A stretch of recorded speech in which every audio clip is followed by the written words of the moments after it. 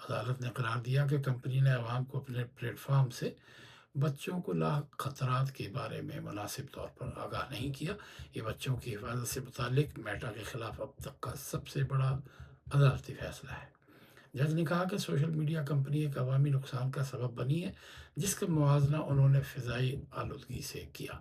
انہوں نے حکم دیا کہ یہ رقم ایک ایسے فنڈ میں جمع کی جائے جو مستقبل میں بچوں کو ہونے والے نقصانات کو کم کرنے کے لیے استعمال ہوگا۔ یہ فیصلہ اس سے پہلے عائد کیے گئے 37 کروڑ 50 لاکھ ڈالر کے جرمانے کے علاوہ ہے۔ اس طرح اس مقدمے میں میٹا پر مجموعی جرمانہ 94 کروڑ 20 لاکھ ڈالر ہو گیا ہے۔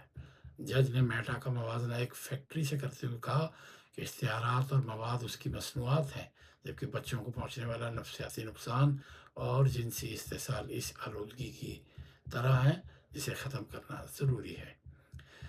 انسانی حقوق کے لیے کام کرنے والی 2 تنظیموں نے کہا ہے کہ جنوبی لبنان میں اسرائیلی حملہ جس میں اخبار کی صحافی امل خلیل ہلاک اور آزاد کیمرہ آپریٹر زینب فرج شدید زخمی ہوئی تھی، وہ بظاہر ایک جنگی جرم تھا۔ ہیومن رائٹس واچ اور ایمنسٹی انٹرنیشنل کی الگ الگ رپورٹس میں یہ نتیجہ اخذ کیا گیا ہے کہ 22 اپریل کو التیری قصبے میں رپورٹنگ کے دوران صحافیوں کو جان بوجھ کر نشانہ بنایا گیا تھا۔ ہیومن رائٹس واچ اور ایمنسٹی انٹرنیشنل نے اس واقعے کی آزادانہ تحقیقات کا مطالبہ کیا ہے اور لبنان سے اپیل کی ہے کہ وہ بین الاقوامی فوجداری عدالت کے دائرہ اختیار کو تسلیم کرے۔ اسرائیلی فوج نے صحافیوں کو نشانہ بنانے کی تردید کرتے ہوئے بتایا کہ اس کی جانب سے کیے گئے 3 حملوں کا ہدف مسلح گروہ حزب اللہ کے 2 ارکان تھے۔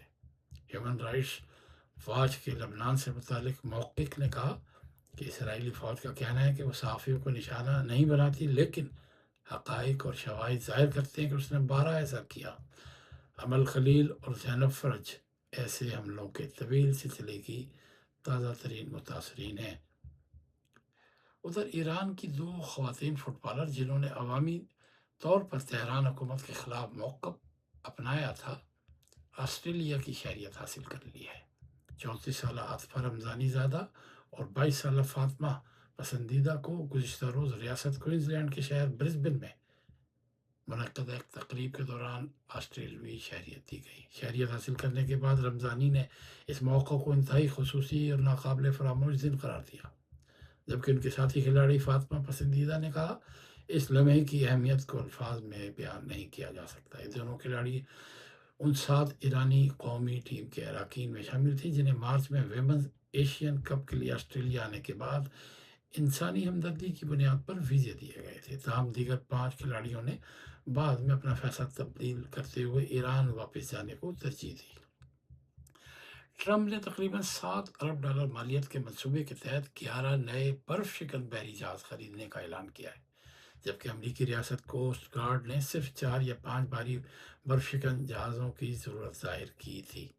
رپورٹس کے مطابق یہ اعلان فن لینڈ کے صدر الیگزینڈر کے ساتھ مشترکہ طور پر کیا گیا ہے۔ منصوبے کے تحت ابتدائی 4 جہاز فن لینڈ میں جبکہ باقی امریکہ میں تیار کیے جائیں گے۔ ٹرمپ نے قومی سلامتی کے جہاز امریکہ میں ہی تیار کرنے کی قانونی شرط سے بھی استثناء دیا ہے۔ اس کے علاوہ آپ کو بتاتے چلیں کہ اٹلی میں ایک خاتون نے لاٹری کا ٹکٹ خریدا تھا اور وہ خاتون جو ہے غلط فہمی کی بنیاد پر انہوں نے ٹکٹ جو ہے ان کا کچرے میں پھینک دیا گیا تھا، لیکن صفائی کے عملے نے 2 دن بعد اسے ڈھونڈ کر واپس کر دیا اور خاتون نے دکان پر لاٹری کا چیک کروایا تو اسے بتایا گیا کہ ٹکٹ قابل ادائیگی نہیں۔ دراصل یہ پیغام اس وقت ظاہر ہوتا ہے جب انعام کی رقم اتنی زیادہ ہو کہ دکان اسے ادا نہ کر سکے۔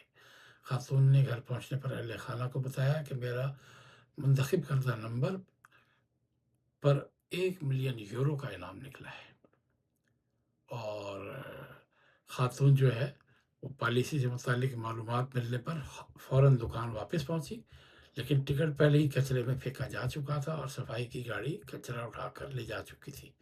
خاتون کی جانب سے مدد مانگنے پر صفائی کے ادارے ذمہ داران نے متعلقہ گاڑی کا سراغ لگا کر اسے راستے میں ہی روک لیا اور خصوصی مقام پر کچرے کی چھان بین کی گئی، سرچ آپریشن کیا گیا اور پھر 1 دن سے زائد رہنے والی تلاش کے بعد عملے نے لاٹری کا ٹکٹ برآمد کر لیا۔ اور یہ ٹکٹ اس خاتون کو واپس کر دیا گیا اور اس کو 1 ملین یورو کی رقم ادا کی گئی۔ پاکستان کے وزیر اعظم نائب وزیر اعظم سعودی عرب میں ہیں، انہوں نے امریکی ادائیگی بھی کی ہے، اور فیلڈ مارشل بھی وہاں گئے ہوئے ہیں سعودی عرب میں۔ اور سعودیہ، پاکستان اور ترکی کا آج ایک بہت اہم سربراہی اجلاس ہو رہا ہے، جس میں تینوں ملکوں کے درمیان مشترکہ دفاعی معاہدے پر دستخط کیے جائیں گے، اور یہ بتایا گیا کہ یہ جدہ میں مشترکہ دفاعی معاہدہ ہوگا، اور شہزادہ بن سلطان، ترک صدر رجب طیب اردوان اور وزیر اعظم شہباز شریف جدہ میں اہم ملاقات کر رہے ہیں، اور سعودی ولیعہد کی دعوت پر وزیر اعظم اور field marshal Asim Munir Jeddah پہنچ چکے ہیں۔